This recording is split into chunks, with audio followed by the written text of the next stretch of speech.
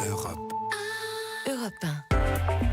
Mathieu Noël, bonjour Mathieu. Bonjour à tous. Alors que démarre aujourd'hui la semaine pour la qualité de vie au travail, le supplément éco du Parisien aujourd'hui en France consacre un dossier au team building qui évolue et propose des activités de plus en plus étonnantes. Oui, enfin étonnante. Pour le salarié moyen s'entend. Évidemment pour vous Patrick qui revenez de Fort Boyard ou moulé dans un élégant cuissard Non. canalisation apparente. Non. Vous avez défié la gravité J'avais dans vu l'épreuve aucune dite image. de la catapulte infernale.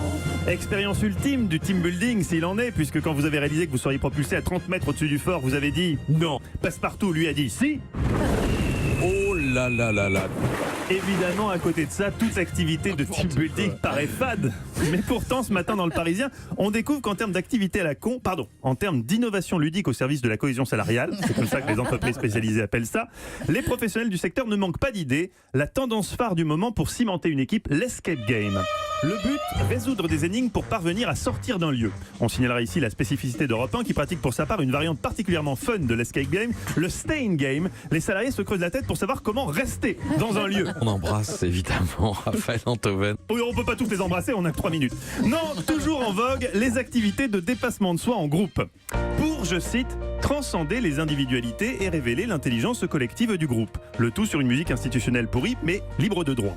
Et pour ce qui est de révéler l'intelligence collective du groupe, quoi de mieux, Patrick, je cite le Parisien, que de se retrouver autour d'un lancer de hache.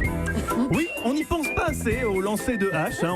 On a le réflexe course en sac, atelier Sur qui cuisine. On les lance sur qui Alors que pour fédérer une équipe, c'est vrai que lancer des haches, c'est quand même plus constructif. Le responsable de la communication d'Ascensi, une entreprise informatique, a cette phrase que je trouve magnifique.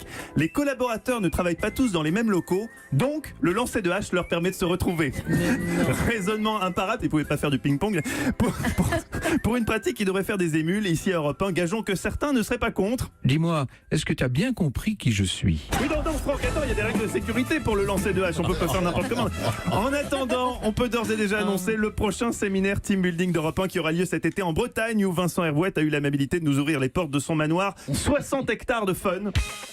À table ou dans la piscine, dans une ambiance cool. Au programme, Mikado humain, Non. ping-pong naturiste, karaoké au chouchen. Non. Oui, attends Laurent, c'est pas encore, c'est bientôt. Garde-toi sous la pédale. Patrick sera chargé de mettre l'ambiance en prenant la voix de Patrick Sébastien. Ça va être génial. Axel imitant Angela Merkel. S'il vous plaît, monsieur Trump, ne taxez pas nos voitures. Quant à Julie, elle tiendra un food truck bio. Au menu convivialité et délicieuse grillade. Si avec ça on décolle pas, on pourra en conclure que le team building est vraiment une belle arnaque, Patrick. Europe.